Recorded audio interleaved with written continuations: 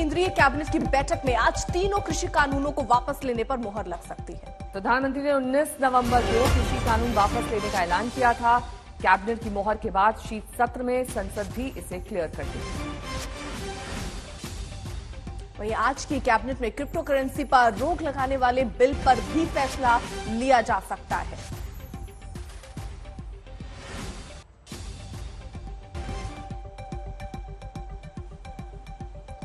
तो आपको बता दें, देखिए, जहां सरकार ने पीछे अब कदम खींचे हैं, लेकिन किसान जो हैं वो अब दूसरी मांगों पर अड़े नजर आ रहे हैं। तो किसान आंदोलन पार्ट 2 यहां शुरू होता हुआ दिख रहा है। आज कानून वापसी पर मुहर लग जाएगी, लेकिन किसान ट्रैक्टर मार्च निकालने का ऐलान कर चुके हैं। राकेश टिकैत कह रहे हैं, जब तक हमारी मांगे मानी पूरी तरीके से नहीं जाएंगी, हम पीछे नहीं हटेंगे। क्या कुछ कहा राकेश टिकैत ने, सुनिए।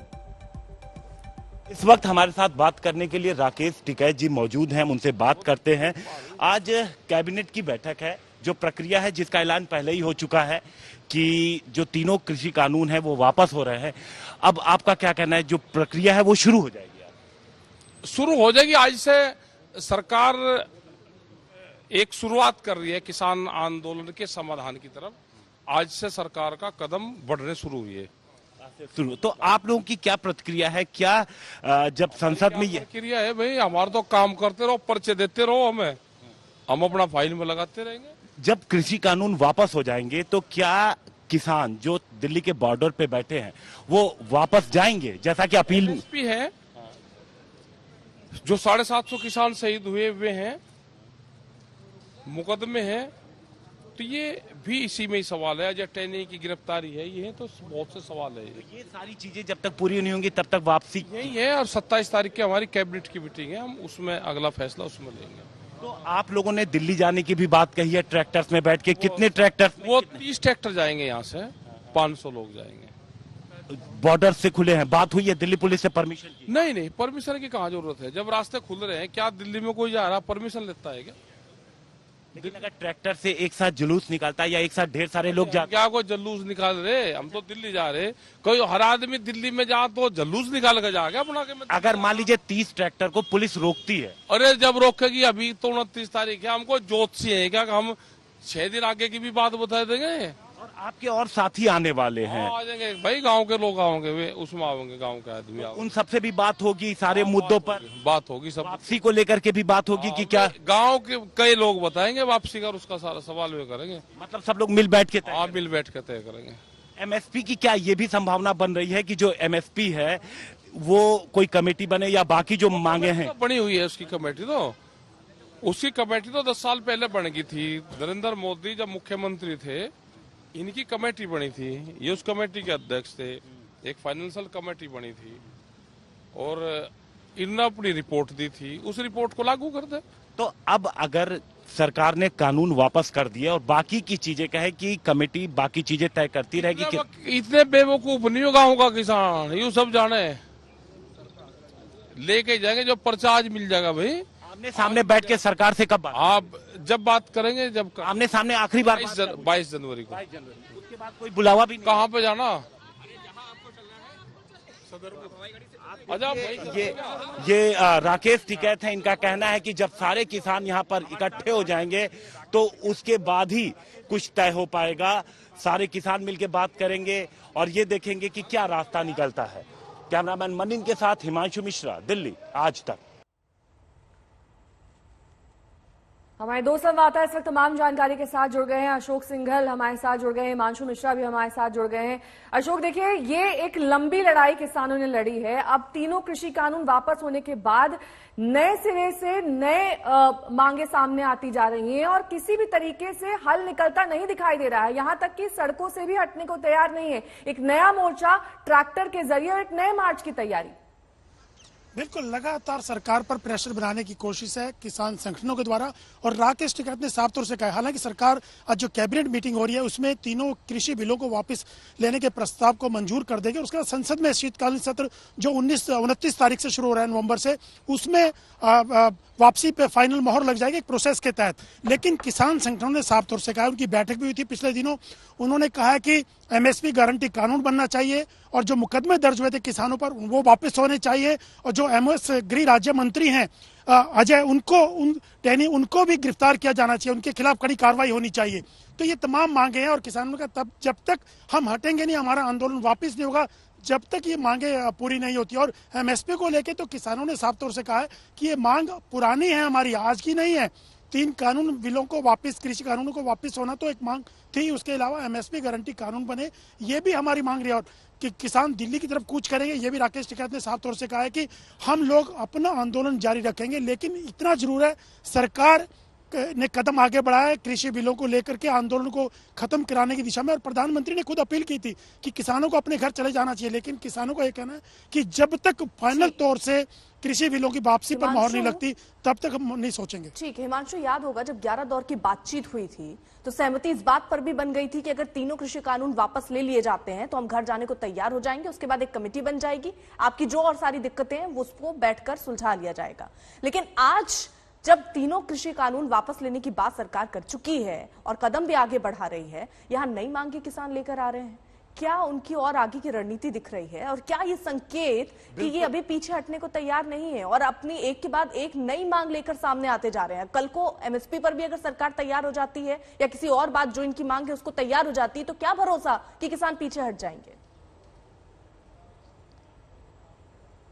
देखिए, जिस तरीके से अगर हम इस वक्त की बात करें, अभी राकेश टिकैत से भी हमारी बात हुई थी और जो बातें वो कह रहे थे कि एक जो एमएसपी है उस पे गारंटी, उसके बाद अजय मिश्रा जो है उनकी गिरफ्तारी, जो किसानों के खिलाफ केस बने हैं उनकी वापसी की बात, तो कई सारी अभी लिस्ट है। और इसके बाद अभी इनका कहना है कि जो किसानों की अपनी एक कैबिनेट बनी हुई है, जो इनके जो संयुक्त मोर्चे के लोग हैं वो लोग मिल बैठ के अभी 27 तारीख को बात करेंगे और उसके बाद ये डिसाइड किया जाएगा कि आगे की रणनीति क्या है। यानी दबाव बनाने का पूरी कोशिश है किसान संगठनों के द्वारा। यहाँ पर देखिए कई सारे किसान बैठे भी हुए हैं, हम इनसे पूछते हैं कि क्या जिन चीजों पे लेकर के यहाँ पे पहुंचे थे, क्योंकि देखिए आज 24 है और 25 नवंबर की रात में ही लोग यहाँ पे आना शुरू हुए थे। ये बताइए कि 1 साल हो गया, आप लोग जब आए थे तो मेन मांग तो आपकी यही थी ना कि तीनों कृषि कानून वापस हो जाए? देखिए, मेन मांग हमारी यही थी कि तीनों कृषि कानून वापसी हो। साथ में हमारी शुरुआत से ही हम इस चीज को लेकर चल रहे थे। एमएसपी का एक बहुत बड़ा महत्वपूर्ण मुद्दा था। महत्वपूर्ण था, लेकिन आए तो आप लोग इसीलिए थे ना? जी देखिए, हम आए थे इसीलिए, लेकिन हमारा जो हम 2018 में आए थे उसके लिए भी एमएसपी के लिए आए थे और इस बार जो आए थे इस बार भी हम लोगों ने ऐड एमएसपी हमारा पहले से था। एमएसपी हमारा बहुत पुराना मुद्दा है, ना कि नया है। ये कानून नया हो सकता है लेकिन एमएसपी हमारा बहुत पुराना मुद्दा था। तब तक नहीं यहाँ से जाएंगे जब तक कि एमएसपी या फिर दूसरी जब बात हो रही थी कि ये अपने आंदोलन को आगे नहीं बढ़ाएंगे, आप वहां बैठे हैं ठीक है, लेकिन ये ट्रैक्टर रैली निकालने की क्या जरूरत जब सरकार आपकी एक बात मान चुकी है और रास्ते भी खोल चुकी है बातचीत के? तो देखिए, अब एक मांग तो जो मेन थी वो मांग चुकी है, रास्ते भी खोल चुकी है, पुलिस ने अपनी तरफ से बैरिकेड्स हटा दिए, तो अब ट्रैक्टर रैली जो निकालने की बात हो रही है वो उसकी जरूरत क्या? देखिए, हम जब आए थे तो हमारी मुख्य मांग जो है वो 3 कृषि कानून की वापसी और एमएसपी पे गारंटी का कानून था। ये प्रधानमंत्री जी एक झटके में आए हैं और कह दिए कि माफी मांगते हैं। आप सुनिए, देखिए, हमें काले कानून जो थोपे गए थे वो वापस लिए हैं। हमारा हक और अधिकार अब भी बाकी है। ये तथाकथित मीडिया के लोग चला रहे हैं कि किसानों का जो है मुद्दा था कि नहीं, मैं उसकी बात ही नहीं कर रहा हूं। मैं कह रहा हूं कि दिल्ली में मार्च करने की या ट्रैक्टर ले जाने की। बिल्कुल हम मार्च करेंगे। जुमले से क्या होता है आप ये बताइए ना, ये जुमला है, ये चुनावी शगुफा है। कानपुर में समाजवादी पार्टी के पार्षद की दबंगई का एक वीडियो वायरल हुआ है जिसमें वो दारोगा को धमकी देते हुए दिखाई दे रहे हैं। बीजेपी के क्षेत्रीय कार्यालय के बाहर प्रदर्शन करते हुए एसपी नेता को पुलिस ने पकड़ा था। इससे भड़के एसपी नेता ने धमकी दी कि तुम पोस्टर नोचोगे तो हम तुम्हारा बिल्ला नोच देंगे।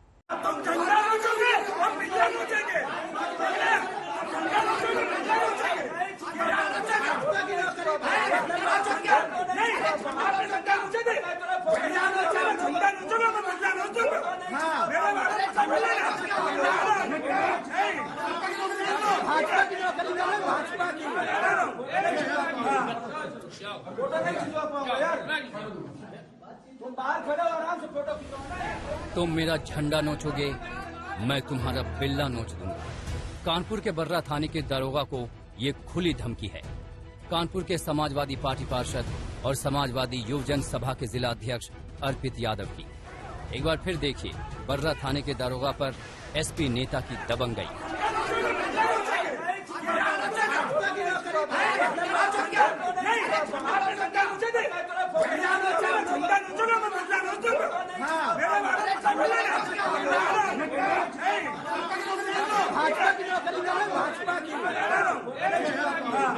दरअसल इस पूरे विवाद की जड़ में है ये तस्वीर। कानपुर में बीजेपी के क्षेत्रीय कार्यालय के उद्घाटन से पहले एसपी पार्षद अर्पित यादव ने इस आरोप के साथ वहां एक पोस्टर लगा दिया कि बीजेपी ने नौबस्ता मोरंग मंडी की ये जमीन हॉस्पिटल के नाम पर खाली कराई थी, लेकिन उस पर बना दिया अपना कार्यालय। जब एसपी पार्षद ऐसा कर रहे थे तब बर्रा पुलिस ने उन्हें हिरासत में ले लिया। इसी पर एसपी नेता का गुस्सा 7वें आसमान पर पहुंच गया और धमकी पर उतर आया।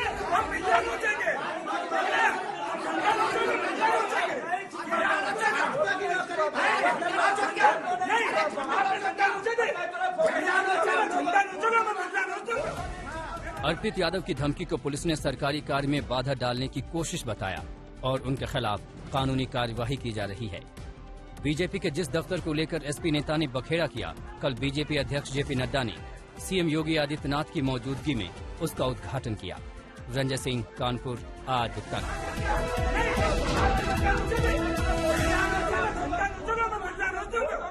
और अब बात हिमाचल प्रदेश के सोलन में हुए बिल्डिंग हादसे की। कल सोलन में एक 4 मंजिला इमारत अचानक भरभरा कर गिर गई। हादसे में एक शख्स की मौत हो गई। करीब 2 महीने पहले हिमाचल प्रदेश की राजधानी शिमला में भी ऐसा ही हादसा हुआ था।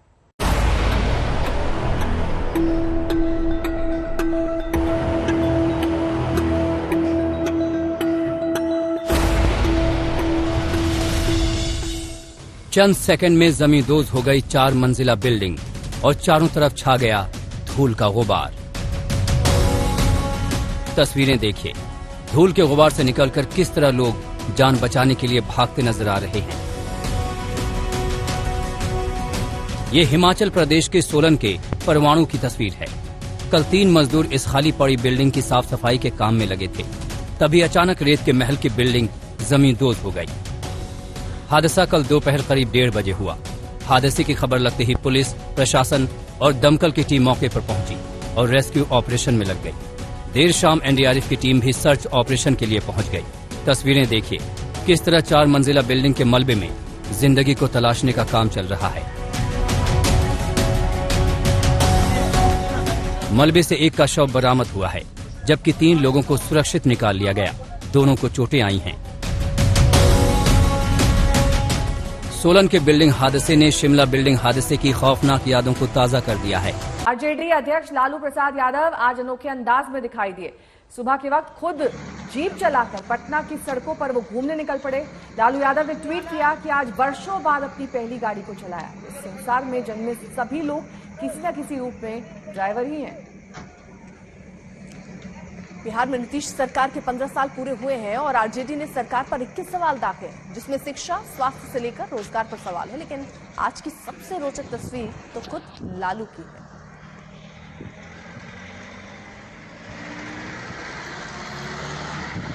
रोहित सिंह मेरे सहयोगी इस वक्त पटना से सीधे जुड़ गए हैं। देखिए रोहित, अब अपने चिर परिचित अंदाज में लालू लंबे वक्त बाद दिखाई दे रहे हैं। लंबी बीमारी से जूझे और अब बैक ऑन ट्रैक।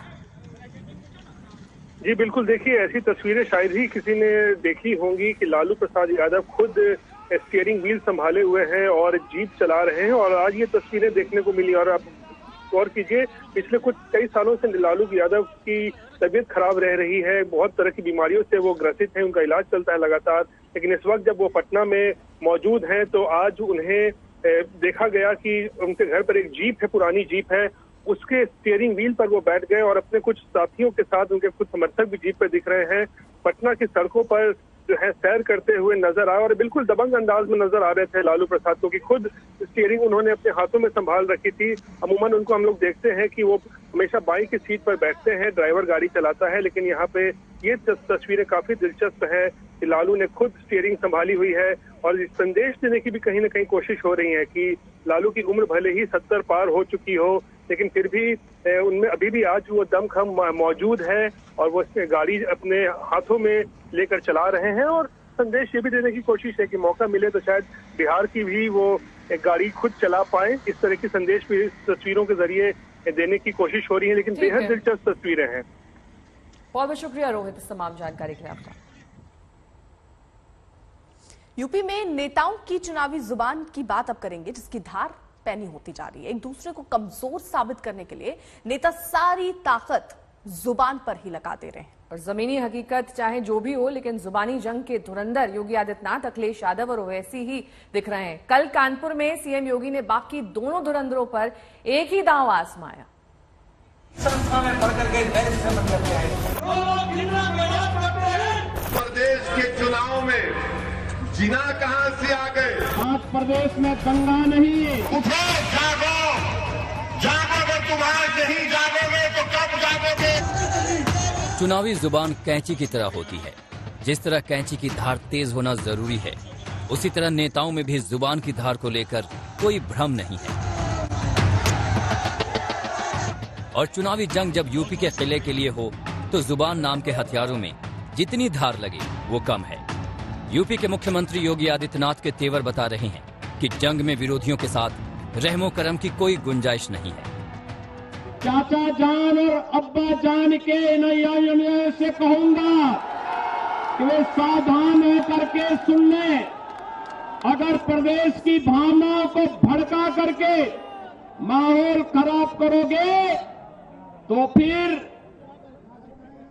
शक्ति के साथ सरकार निपटना भी जानती है। भारत की आस्था को आहत करने वाले आतंकवाद समर्थक जिन्नावादी भी दूसरी तरफ खड़े होते हुए दिखाई देंगे। और भाइयों बहनों, उन स्थितियों में याद रखना, चुनाव बड़ा रोचक होगा, महत्वपूर्ण होगा। इसलिए महत्वपूर्ण होगा क्योंकि दुनिया देखना चाहेगी कि भारतीय जनता पार्टी ने 2014 में, 2017 में, 2019 में जो कहा सो करके दिखाया। कानपुर के मंच पर योगी ने अखिलेश यादव और ओवैसी दोनों को सीधे निशाने पर लिया। लेकिन इन दोनों की बीजेपी से जितनी दुश्मनी है, उससे कई गुना ज्यादा आपसी रंजिश है। उसकी वजह भी वाजिब है। अखिलेश यूपी में मुसलमान वोटों के सबसे बड़े लेनदार हैं, लेकिन इस बार उनके बही खाते पर ओवैसी कब्जा करना चाहते हैं। तो अखिलेश यादव को ये समझना चाहिए कि अगर वो इस तरह की बात करके समझ रहे हैं कि कोई तबका या कोई हिस्सा या कोई वोटर इससे खुश होगा, वो तो गलती कर रहे हैं। उनको अपने एडवाइजर्स को चेंज करना चाहिए या खुद को उनको पढ़ना भी चाहिए। तो सीधी सी बात अपने अपने वोट बैंक की है। अखिलेश को अपने पिता के मुसलमान यादव वाले अपने पारंपरिक समीकरण पर भरोसा है, तो बीजेपी को हिंदुत्व के सहारे नई अपार लगाने का विश्वास। मिलना है राशन। क्या ये राशन 2017 के पहले भी मिलता था? क्योंकि तब तो अब्बा जान कहने वाले राशन हजम कर जाते थे। सरदार पटेल जी, राष्ट्रपिता महात्मा गांधी, जवाहरलाल नेहरू, जिन्ना एक ही संस्था में पढ़ करके बैरिस्टर बन करके आए थे। एक ही जगह पर पढ़ाई लिखाई की उन्होंने, वो बैरिस्टर बने। उन्होंने आजादी दिलाई। उन्हें किसी भी तरीके से किसी का भी संघर्ष करना पड़ा होगा तो वो पीछे नहीं हटे। उत्तर प्रदेश में करीब 19% मुस्लिम मतदाता हैं, जो करीब 143 सीटों पर अपना असर रखते हैं। करीब 3 दर्जन विधानसभा सीटें ऐसी हैं जहां मुस्लिम उम्मीदवार अपने दम पर जीत सकते हैं, जबकि करीब 107 सीटें ऐसी हैं जहां अल्पसंख्यक मतदाता नतीजों को प्रभावित कर सकते हैं। ओवैसी मुसलमानों की इसी ताकत को अपने झंडे तले लाना चाहते हैं। बताओ उत्तर प्रदेश के मुसलमानों, तुम्हारी जान की कीमत नहीं, तुम्हारी वोट की अहमियत नहीं, तुम्हारे कोई मसाइल पर नहीं किया जाता। ओवैसी के ऐसे तेवर 3 तरफ से कारगर हैं। पहले तो उन्हें मुसलमानों का अगुवा बनने का मौका मिल सकता है। दूसरा ये कि हिंदुत्व के आधार पर वोट एकजुट होने की भी संभावना बनती है, जो बीजेपी के लिए फायदेमंद है। और तीसरा ये कि ओवैसी की बढ़ती ताकत अखिलेश को सबसे बड़ा नुकसान पहुंचाएगी, जिसका सीधे तौर पर फायदा बीजेपी को जाएगा। आज तक ब्यूरो। तो आपने देखा किस तरीके से जुबान एक तरफ जहर उगल रही है तो जुबान इशारे भी कर रही है। चुनावी चकल्लस में जितनी अहमियत तीखे हमलों की है उतनी ही संकेतों की दिग्गज सियासतदान मुलायम सिंह यादव कल ऐसे ही संकेत लेकर लंबे अरसे बाद मैदान में दिखाई दिए। हालांकि मौका तो किताब के विमोचन का था जिसमें सभी पार्टियों के लोग थे, लेकिन सियासत की बारीकियों से खेलने में माहिर मुलायम ने यहां पर भी बेटे अखिलेश के चुनावी रथ को धक्का लगा ही दिया।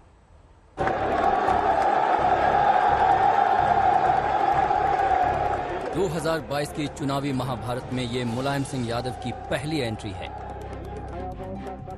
उम्र के 8 दशक पार कर चुके मुलायम को लंबे अरसे बाद खुले मंच पर देखकर समाजवादी पार्टी के समर्थकों और कार्यकर्ताओं का जोश हिलोरे मारने लगा और ये स्वागत देखकर मुलायम सिंह भावुक हो गए।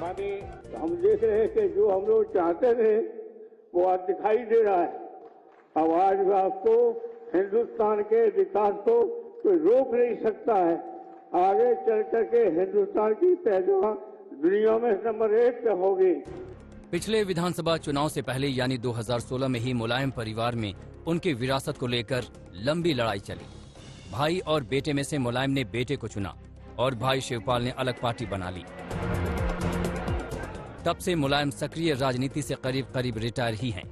लेकिन 2022 की जंग में बेटी की ताकत बढ़ाने के लिए अपने जमाने के पहलवान मुलायम सिंह एक बार फिर सियासी अखाड़े में उतरे और अपनी उम्र के लिहाज से सांकेतिक दांव लगा दिया। आज कोई भी ऐसा संकल्प हो, वो संकल्प लेकर के हम लोग आगे बढ़ें, जिससे आज के कार्यक्रम की सफलता सब हो देश के सामने। यही शब्दों के साथ जो भाषण तो सब दे ही गए, अब क्या बोलेंगे। मुलायम सिंह छोटे भाई राम गोपाल यादव की नई किताब की लॉन्चिंग के लिए पहुंचे थे। इसी मौके पर मुलायम ने संकल्प का जो संकेत दिया, बेटे अखिलेश ने सरल शब्दों में इसका मतलब समझा दिया। और अगर हम राजनीति में उस पार क्या है तो जो समय बता रहा है वो यही है कि समाजवादी सरकार। लेकिन राजनीति में जो भावुक इंसान होता है वो शायद इनसे ज्यादा भावुक नेता हमने नहीं देखा। और अगर नेता भावुक है और नेताजी जैसा नेता भी भावुक हो और उस पार्टी में हो तो सोचो वो पार्टी गरीबों के बारे में क्या सोचती है। सत्ता के लिए एकजुटता का संदेश असर भी दिखाने लगा है। किसान नेता अजीत चौधरी के बेटे जयंत चौधरी और अखिलेश गले मिलने को तैयार हो गए हैं। जयंत चौधरी ने तस्वीर ट्वीट करने के साथ लिखा बढ़ते कदम, तो वहीं अखिलेश यादव ने तस्वीर ट्वीट करते हुए लिखा बदलाव की ओर। साफ संकेत है कि सीटों के बंटवारे को लेकर दोनों दलों में जो माथापच्ची चल रही थी उस पर सहमति बन गई है। सूत्रों की माने तो समाजवादी पार्टी 30 से 32 सीटें देने को तैयार थी, जबकि जयंत चौधरी 50 सीटें मांग रहे थे, लेकिन सहमति 3 दर्जन सीटों के आसपास बनती दिख रही है। कृषि कानून वापसी के ऐलान के बाद बीजेपी जहां पश्चिमी यूपी के लिए इसे मास्टर स्ट्रोक मान रही है, तो वहीं आरएलडी का एसपी से गठबंधन पश्चिमी यूपी के समीकरण बिगाड़ सकता है। जाटलैंड कहे जाने वाले पश्चिम यूपी में आरएलडी का प्रभाव है और पंचायत चुनाव में एसपी आरएलडी को यहां खासी जीत मिली थी। यूपी विधानसभा से पश्चिमी यूपी की 136 सीटें आती हैं। 2012 के विधानसभा चुनाव की बात करें तो इस इलाके में बीजेपी को 20 सीटें मिली थीं, जबकि एसपी को 58 और बीएसपी को 39 सीटें आई थीं। इसके अलावा आरएलडी के खाते में 9 और कांग्रेस ने 8 सीटों पर जीत हासिल की थी। लेकिन मुजफ्फरनगर दंगों के बाद जहां 2014 लोकसभा चुनाव में बीजेपी ने सुपड़ा साफ किया, तो वहीं 2017 विधानसभा चुनाव में भी हालात पूरी तरह से बदल गए। बीजेपी 103 सीटों पर जीती, जबकि एसपी 27 सीटों पर सिमट गई। कांग्रेस के हाथ में 3 और आरएलडी के हाथ में सिर्फ 1 सीट आई। जयंत अपने पिता अजीत सिंह के निधन की सहानुभूति और किसान आंदोलन की लहर को अपने पक्ष में भुनाना चाहते थे, लेकिन मोदी के कृषि कानून वापस लेने के बाद खेल बिगड़ता दिख रहा था। इसी की काट के लिए वो एसपी के साथ हाथ मिलाने को तैयार हैं। आज तक ब्यूरो। तो बड़े नेताओं की जुबान की हमने आपको दिखाई किस तरीके से छोटे शहरों के छोटे छोटे नेता भी ऐसे नहीं हैं कि ऐसी बातें नहीं कहते हैं। अखिलेश अपनी रैलियों के जरिए पूरे यूपी में संदेश दे रहे हैं कि चुनाव में उनकी जीत हो रही है, तो कानपुर में इसका असर भी दिखाई दिया। एसपी की यूथ विंग का एक नेता पुलिस अफसर को ही धमकाने लगा।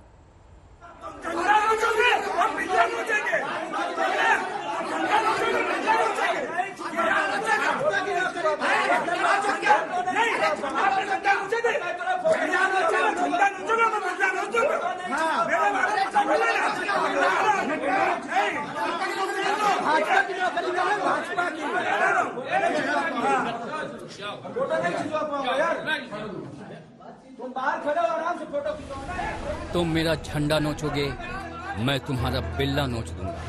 कानपुर के बर्रा थाने के दरोगा को ये खुली धमकी है। कानपुर के समाजवादी पार्टी पार्षद और समाजवादी युवजन सभा के जिला अध्यक्ष अर्पित यादव की। एक बार फिर देखिए बर्रा थाने के दरोगा पर एसपी नेता की दबंगई।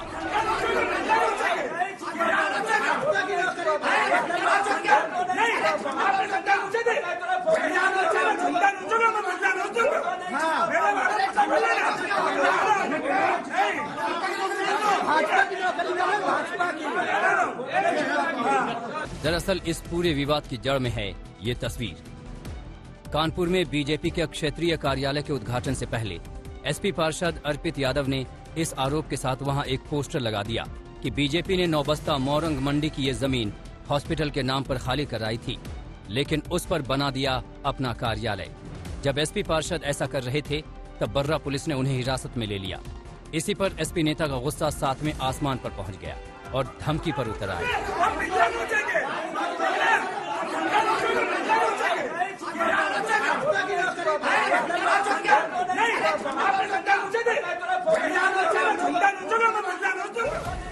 अर्पित यादव की धमकी को पुलिस ने सरकारी कार्य में बाधा डालने की कोशिश बताया और उनके खिलाफ कानूनी कार्यवाही की जा रही है। बीजेपी के जिस दफ्तर को लेकर एसपी नेता ने बखेड़ा किया, कल बीजेपी अध्यक्ष जेपी नड्डा ने सीएम योगी आदित्यनाथ की मौजूदगी में उसका उद्घाटन किया। रंजय सिंह, कानपुर, आज तक। ओवैसी ने नागरिकता संशोधन कानून पर एक और शाहीन बाग बनाने वाला बयान क्या दिया? बीजेपी हमलावर हो गई। ओवैसी को जवाब देने के लिए उत्तर प्रदेश के मुख्यमंत्री योगी आदित्यनाथ स्वयं सामने आ गए। योगी ने एआईएमआईएम चीफ ओवैसी को समाजवादी पार्टी का एजेंट बताया। जागो, जागो, अगर तुम आज नहीं जागोगे तो कब जागोगे? जब सोरे कयामत होगा। तुम तब जागोगे जब सोरे कयामत होगा। आज जागो, कल का मुस्तकबिल तुम्हारा होगा, याद रखो इंशाअल्लाह ताला।